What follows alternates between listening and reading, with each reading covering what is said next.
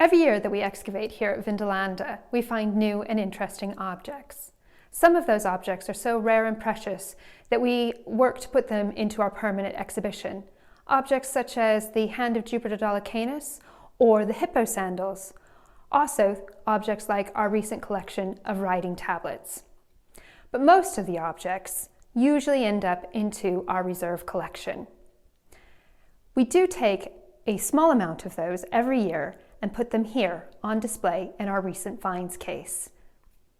As curator for the Trust, it's my job to choose what actually goes on display. Every year, as the objects come down from the excavations, I see them in our conservation labs, and I start to pick out the ones that I think are the most interesting and have the best stories to tell. From those, we then take and start to pull together a collection of objects.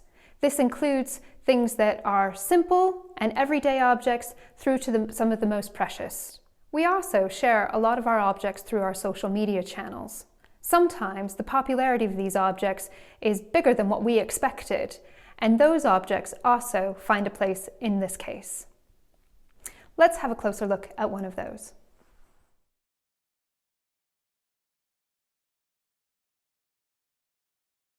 In 2019, the most popular object that was posted on social media was this one right here.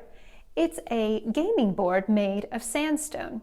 It dates to 213 to 275, and it was one of 16 gaming boards found here at the site. We also have hundreds of gaming counters. As you can see, a few of them displayed here, all from 2019 as well. But we also see them from all periods of the site, so from the very earliest through to the latest, showing that gaming and playing board games was very popular. When I choose the objects for this case, I also like to choose some everyday things. This year we have a lovely ceramic cheese press and an iron meat cleaver. And then another little object here. This is a ceramic oil lamp. Of course, these are often shown in Roman themes to lighthouses and buildings. And one would expect that we'd have a lot of them here at Vindolanda.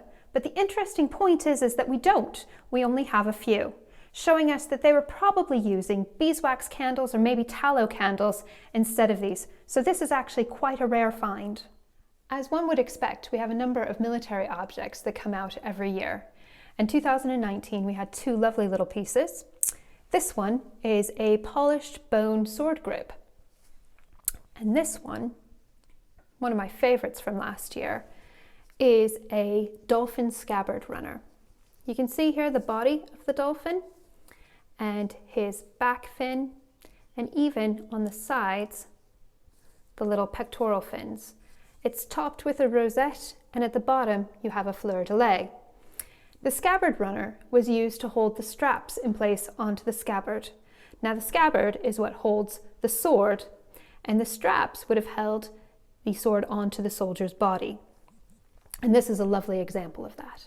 In the recent finds case, we also have objects that are not related necessarily to soldiers. A good example of this is this finely carved bone hairpin. It's got a decorated terminal, as you can see here, and it's highly likely that this was worn by a woman. Also in the case, we have a lovely collection of intaglios. As you can see here, these are tiny little gemstones that were worn in finger rings. They were made of semi-precious and precious stones, most commonly either red jasper or carnelian. This one here is one of the red jasper ones, and you can see a standing figure. They always had some sort of symbolic purpose to them and were sometimes used as signet rings as well. This one has the god Mars, of course the god of war, and is very popular here at Vindolanda. Also in the collection here we have the goddess Ceres, who is the goddess of agriculture and abundance. We also have two other intaglios that aren't quite as clear. We have a standing naked man, as well as what might be a jumping animal. These ones aren't quite so clear because they're not as in good of condition, and they will take specialist analysis in order to determine what's on them. But my favorite object in the case is this one here. It's a lovely little heart-shaped piece of leather. Now, the Romans would have used leather like this to decorate other pieces, say tents or clothing or maybe even horse gear. And the heart shape itself is reminiscent of things in nature and would have been used as a bit of foliage or something like that on a bigger piece.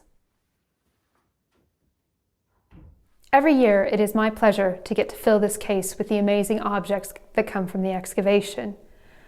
Some of the objects get put onto our permanent display, such as the boxing gloves or the duck brooch. These current finds will remain here until the end of 2021. We will continue to excavate at the site, and I'm sure the best is yet to come.